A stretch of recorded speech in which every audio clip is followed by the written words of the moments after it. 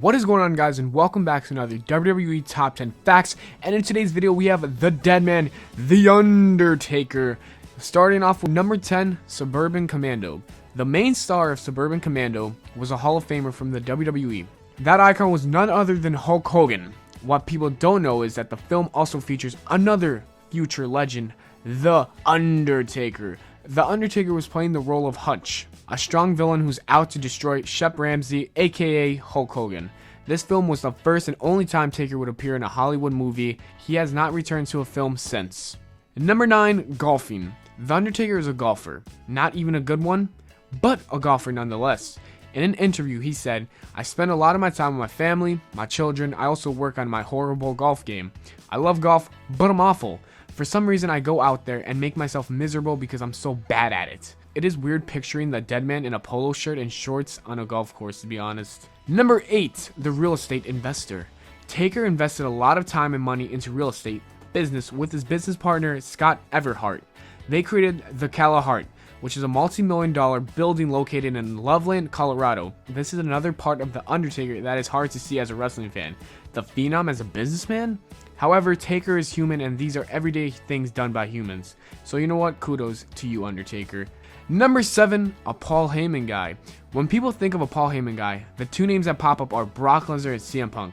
Other names like Curtis Axel, Ryback, Big Show, RVD, Taz, and more are sure to come up, as Heyman has many guys.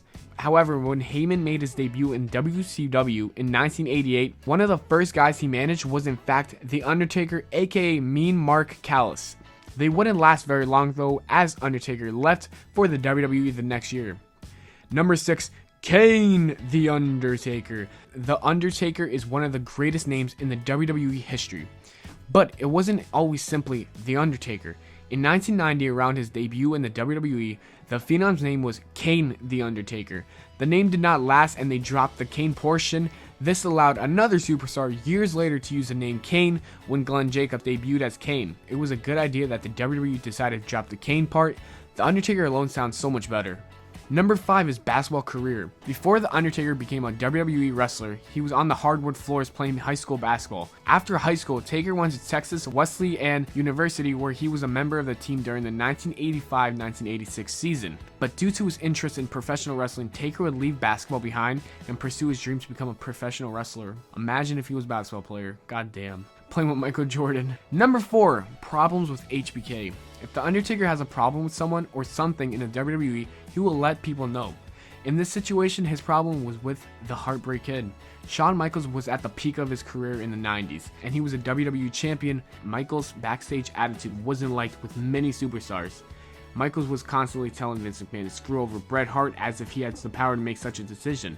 The Undertaker was on Hart's side and said Michaels wasn't in place to make a decision like that. The incident between the two happened during the road to WrestleMania 15. The Undertaker said that Michaels had to drop his title to Stone Cold Steve Austin because of his rise in popularity. The Undertaker would confront Michaels and threaten to beat the shit out of him if he didn't lose the match as planned. Thankfully, Michaels went with the storyline and lost to Austin. Number 3, Brad Pitt and Angelina Jolie. This next story involves movie star couple Brad Pitt and Angelina Jolie, as well as the home of The Undertaker. While Pitt and Jolie were filming a movie, they rented a house in Cedar Creek, Texas, which is located near Austin. The house was owned by The Undertaker himself, who let the couple rent his home. The house has a wrestling ring and a master bedroom larger than most houses because it was custom sized for the dead man.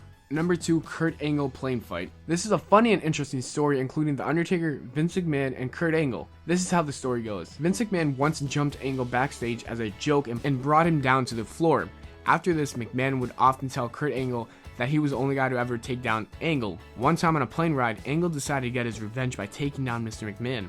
During one of their little fake fights, the noise was loud and woke up The Undertaker. When he noticed what was going on, Taker wanted to help Vince McMahon and he choked out Kurt Angle because he was unaware that McMahon and Angle were just messing around. What a great employee, let me tell you that. And number 1, the Eggman.